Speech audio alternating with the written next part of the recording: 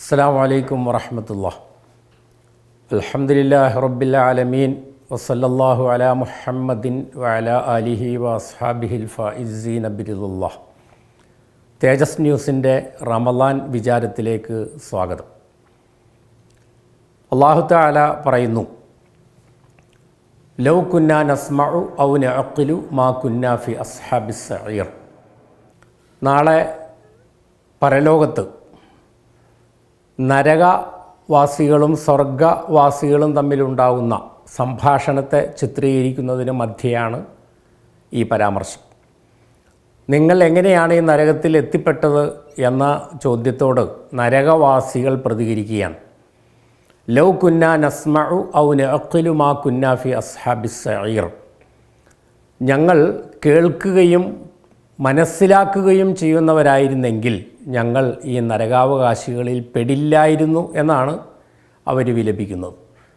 അപ്പം നഅഖിലു എന്ന് പറഞ്ഞാൽ അഖല് എന്ന് പറഞ്ഞാൽ ബുദ്ധി എന്നാണ് അതിൻ്റെ അർത്ഥം. ഈ ബുദ്ധിയുടെ വിനിയോഗത്തിന് ഇസ്ലാമിൽ വളരെ പ്രാധാന്യമുണ്ട്.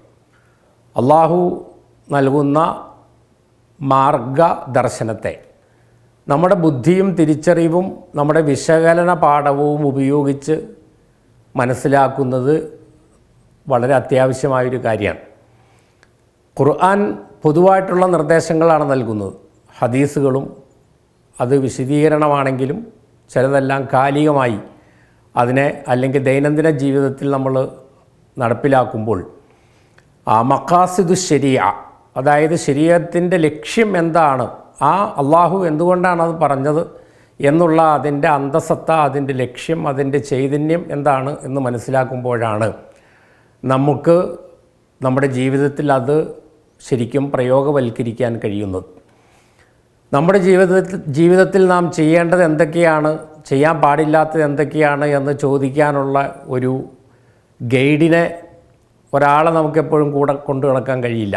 അല്ലെങ്കിൽ ഒരു പുസ്തകം നോക്കി എപ്പോഴും നമ്മൾ ജീവിക്കുക എന്നുള്ളതും പ്രായോഗികമല്ല. അതുകൊണ്ട് തിരുമേനി സല്ലല്ലാഹു അലൈഹി വസല്ലം പറയുന്നു, ഇസ്തഫ്തി ഖൽബക വ ഇൻ അഫ്താക്കന്നാസ്. ജനങ്ങൾ നിനക്ക് എന്ത് ഫത്വയും നൽകട്ടെ, നീ നിൻ്റെ ഖൽബിനോട്, നിൻ്റെ മനസാക്ഷിയോട് ഫത്വ ചോദിക്കുക. ഈ മനസാക്ഷി നമ്മുടെ ബുദ്ധിയുടെയും ചിന്തയുടെയും അടിസ്ഥാനത്തിൽ കൂടി രൂപപ്പെട്ടതായിരിക്കണം. അങ്ങനെ ഇപ്പം നേരത്തെ നമ്മൾ ഫിത്ർ സക്കാത്തിനെ കുറിച്ച് മുമ്പ് ഒരിക്കൽ പറഞ്ഞിട്ടുണ്ട്, അല്ലെങ്കിൽ ഫിത്ർ സക്കാത്തിനെ കുറിച്ച് നമ്മൾ പലപ്പോഴും കേൾക്കാറുണ്ടല്ലോ. ആ ഫിത്ർ സക്കാത്ത് കൊടുക്കേണ്ടത് ഏതാണ്, അത് നാട്ടിലെ മുഖ്യമായ ആഹാര സാധനമാണ് എന്ന തീരുമാനത്തിലേക്ക് നമ്മൾ എത്തുന്നത് ആ ഹദീസ് ഫിത്ർ സക്കാത്തിൻ്റെ ലക്ഷ്യം, ഉദ്ദേശ്യം എന്താണ് എന്ന് മനസ്സിലാക്കുന്നതിൽ നിന്നാണ്. ഈ മനസ്സിലാക്കൽ വളരെ അത്യാവശ്യമാണ്.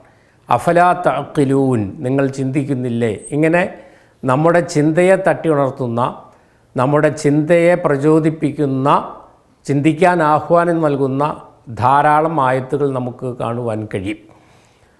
ഒരായത്തിൽ നമുക്ക് ഇങ്ങനെ കാണാം, ലഹും ഖുലൂബുല്ലാ യഫ്ഖഹൂന ബിഹാ വലഹും അഅ്യുനുല്ലാ യുബ്സിറൂന ബിഹാ വലഹും ആദാനുല്ലാ യസ്മഊന ബിഹാ ഉലൈക കൽ അൻആമി ബൽഹും അളല്ല്.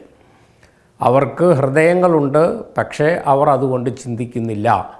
അവർക്ക് കണ്ണുകളുണ്ട്, പക്ഷേ ആ കണ്ണുകൾ കൊണ്ട് അവർ കാണുന്നില്ല. അവർക്ക് കാതുകളുണ്ട്, പക്ഷേ ആ കാതുകൾ കൊണ്ട് അവർ കേൾക്കുന്നില്ല. അവർ നാൽക്കാലി മൃഗങ്ങളെ പോലെയാകുന്നു, അല്ല അതിനേക്കാൾ ളലാലത്തിലാവുന്നു എന്ന് അല്ലാഹു തആല പറയുന്നുണ്ട്.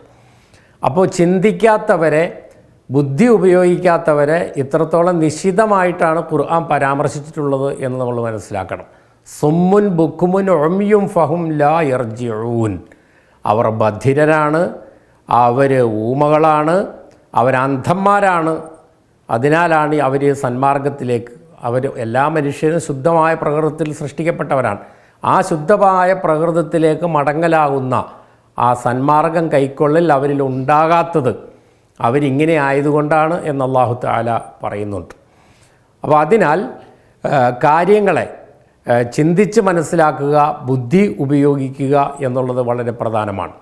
ഒരിക്കൽ നബി സല്ലല്ലാഹു അലൈഹി വസല്ലം പറഞ്ഞു വിട്ടതാണ് എന്ന് പറഞ്ഞ് ഒരു അതിഥി സഹാബാക്കളുടെ അരികിൽ ചെല്ലുകയാണ്. അപ്പോൾ അയാൾ അവരോട് പറഞ്ഞു, നിങ്ങളിൽ ആരുടെ വീട്ടിൽ നിന്ന് വേണമെങ്കിലും ഭക്ഷണം കഴിച്ചോളാൻ അള്ളാഹുവിൻ്റെ റസൂല് എന്നോട് പറഞ്ഞിട്ടുണ്ട്. അപ്പോൾ അയാളെ സൽക്കരിക്കാൻ സഹാബാക്കൾക്കിടയിൽ മത്സരമായി.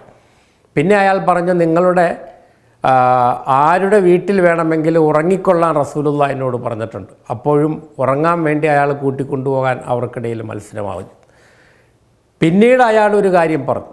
ആ പറഞ്ഞ കാര്യം ഇസ്ലാമിൻ്റെ സദാചാരത്തിന് ധാർമ്മികതയ്ക്ക് നിരക്കാത്ത ഒരു പരാമർശമാണ്. അത് കേട്ടപ്പോൾ തന്നെ സഹാബാക്കൾക്ക് മനസ്സിലായി, അങ്ങനെ റസൂലുള്ളാഹി പറയാൻ സാധ്യതയില്ലല്ലോ, എന്ന് തിരിച്ചറിയാൻ സഹാബാക്കൾക്ക് കഴിയും.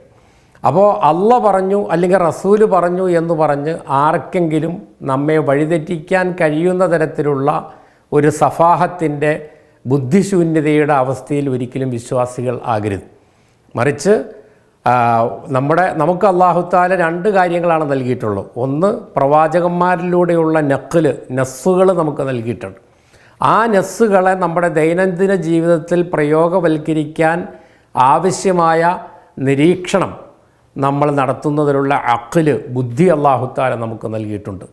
അതും വിനിയോഗിക്കുമ്പോൾ മാത്രമാണ് നമ്മുടെ പ്രശ്നകലുഷിതമായ സങ്കീർണമായ ജീവിത സാഹചര്യങ്ങളോട് പ്രതികരിക്കാനും അള്ളാഹുവിൻ്റെ മാർഗത്തിൽ അടിയുറച്ച് നിൽക്കുവാനും നമുക്ക് കഴിയുകയുള്ളൂ.